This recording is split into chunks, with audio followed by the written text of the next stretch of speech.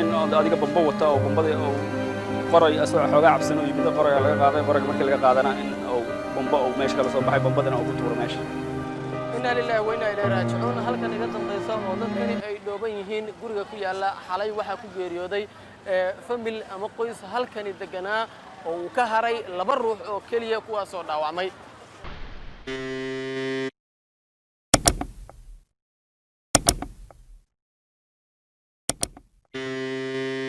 waxaana loo sheegay halkan inay ku geeriyoodeen 5 ruux kadib markii askari ka tirsanaa ciidamada dawladda uu reerkooda soo kala dhex galay muran kadibna sidaasi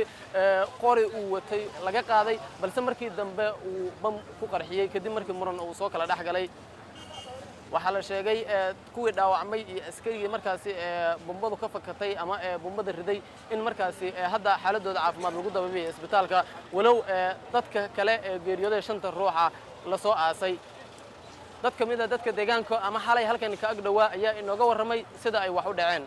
xalay kulay waxaan dib ilaahay kana ama masaariix xagga u dhacay dad oo ma familka dhaxdiisa ka dhacay kulay baan dad oo familka ku dhinteen oo hooyadii dhashay iyo dad la dhashay saas ku dhinteen dadkaasna kulay baa ku dhinteen ma sha Allah naxariis midka xalay waa loo soo gudbiyay ma sha Allah sifan xaafada soo gudbiyay xalay dhaawacii meedkiina waa la qaaday wixii kulay oo saal la geeyay dhintana waa saal la qaaday wixii dhaawacana saalka la geeyay. mar dambe ayaa taleefan la iga soo wacay wiilkada dhaawaca meesha yaala la yiri waa soo cararay dekedda ka imiday meesha markaan imiday iyadoo ambalaas lagu qaadaan imiday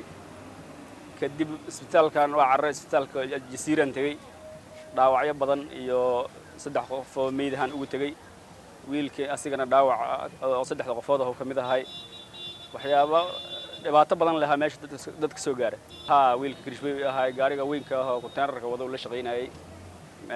baqaarkaan oo rar ku dejinayay meesha goob joog oo ahay adiga meesha waxa ka dhacay in adiga bambo wata oo bambada oo qoray asoo xoogaa cabsan oo yimid qoray laga qaaday qorayga markii laga qaadana in oo bambo oo meesha kala soo baxay bambadana oo ku tuuro meesha. aniga intaan arkay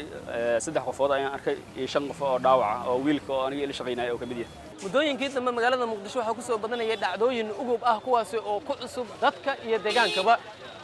marar badan ayaa sidaan oo kale waxa dhacday in askar ka tirsan ciidamada dawladda ama dad kale ay laayaan dad eheladooda ah.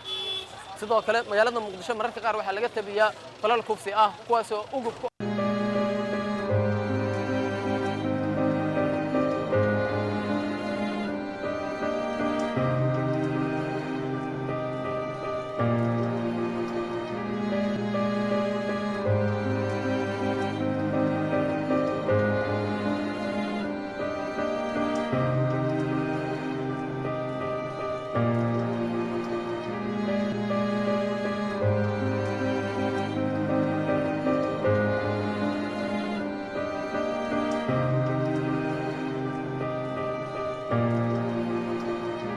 عبد الكريم علي آذن